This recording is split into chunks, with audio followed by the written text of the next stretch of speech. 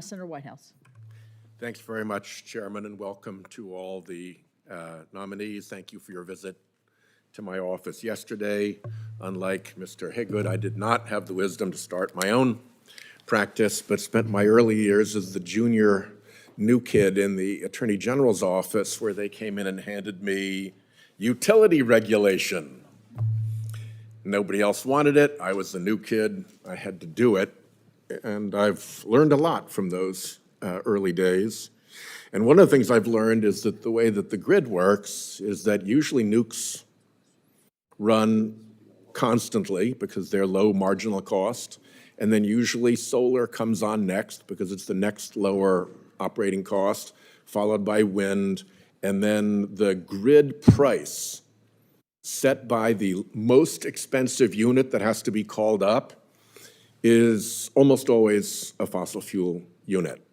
And so if you remove clean energy from the grid, what you're doing is requiring for the same level of demand that more and more expensive fossil fuel powered units get called up. That raises costs for everybody on the grid. In most grids where that last unit called up is the price setter.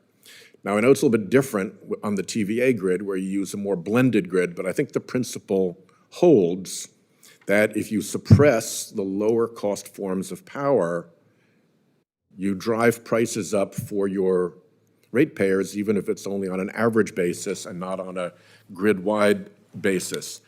And in that light, I would like to ask if each of you will honor the board-approved retirement timelines for the Kingston and Cumberland coal generating stations. You could just go right across if you don't mind. Thank you for that question, Senator. I think it's a little bit more complicated than answering yes or no. I think we have got to use all of our energy sources right now to meet the demand.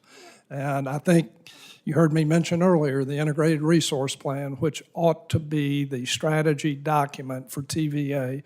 We've looked at that at a very high level, but we are going to have to dig into the details. And I think You plan to honor the existing Integrated Resource Plan, or are you going to change that? I think we will, Senator, I think we will have a new Integrated Resource Plan here within the year. Is that the same answer across the board? Anybody prepared to commit to honoring the Cumberland and Kingston Station Plan? Thank you, Senator. Thank you, Senator. My answer would be the same as my colleague on the right. Mr. Jones, same? Until I'm confirmed, I would like to look into this and see, because I do believe in the renewables and carbon-free Mr. Graham, same? future. Pretty much the same, sir. So one of the other things I wanted to ask you, we talked about this a little bit when we were together. If you go to the Kingston station and the Cumberland station, they boil water with coal, but the steam then runs through steam turbines, and that runs generators that send out power through transformers that link to the grid connections and the transmission lines. In addition to all of that mechanical, electrical infrastructure, you also have the all-important community infrastructure of the workforce there, the men and women who have the expert knowledge and experience to run those facilities. So I want to ask each of you to assure me that you will give an honest, hard look at whether small modular reactors create the opportunity to boil that water at those stations and protect the rest of the infrastructure and the workforce around it while still meeting the board-approved goals regarding those two stations. Ranking Member, we talked about that yesterday. I found that to be an intriguing concept. And yes, I think we should explore that if we can. It should lower cost of the program as well and time frame if we can leave portions of it in place and only replace the heating element. Certainly, if you try to locate a new small modular reactor station somewhere, and you have to start from scratch, and you have to deal with siting issues, and you have to build the steam turbines, the generators, the transformers, the transmission, and the workforce, you're in a much different proposition than you are if most of that is already there, and you're just boiling water a new, cleaner, safer way. Senator, as I said, yes, I found that intriguing, and that was a takeaway An from, honest look at it? yes, sir. Senator, thank you. I certainly would take a honest, hard look at it. Yes, sir. And to me, again, we talk about nuclear, but we've got to have the sense of urgency to make this happen and then to put it in place. Mr. Graham? Senator, thank you. I think it's a fantastic idea. I've talked before about when you're talking about new nuclear and you have to quote, nuclearize the entire site.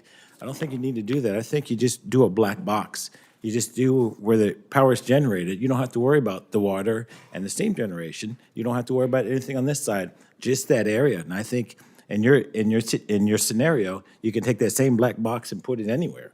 And so I think it's a great way of retrofitting old plants.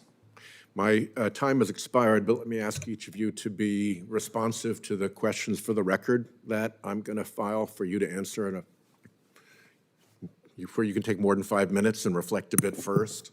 But in particular, I'm going to be asking you to reflect on the fact that I believe is true, that if you suppress wind and solar power and perhaps battery support for wind and solar power, you are virtually inevitably raising costs for your TVA ratepayers at the end of the day. So thank you. Thank you. Senator Markey.